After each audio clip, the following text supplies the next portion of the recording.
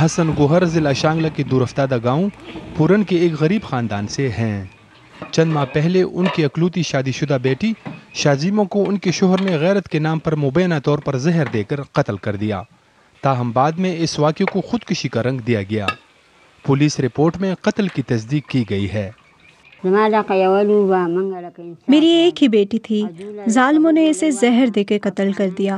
ہمارا کوئی پوچھنے والا نہیں اور نہ ہمارے پاس اتنے وسائل ہیں کہ قاتلوں کا کچھ بگاڑ سکیں۔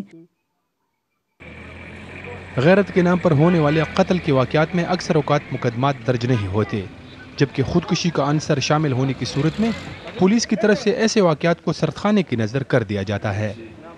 شازیمہ قتل کیس میں بھی پولیس کی طرف سے باقاعدہ مقدمہ 1 ماہ کی تاخیر سے درج کیا گیا۔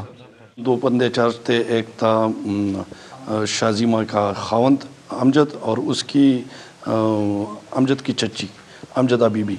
ایف آئی آر کے دن ہی دونوں گرفتار ہوئے تھے۔ خواتین کی حقوق کے لیے کام کرنے والی غیر سرکاری تنظیموں کا کہنا ہے کہ جب تک پولیس کی طرف سے خواتین کے قتل کے واقعات کو روکنے کے لیے مؤثر تفتیشی نظام نہیں بنایا جاتا، اس وقت تک ان ہلاکتوں کا روکنا ناممکن ہے۔ حقیقت یہ ہے کہ بہت سارے خودکشی کے واقعات ایسے ہیں جن کو خودکشی بنایا گیا ہے، بنیادی طور پر ہیں وہ غیرت کے نام پہ قتل کے ہی معاملات، لیکن ان کو خودکشی کا رنگ دیا گیا ہے۔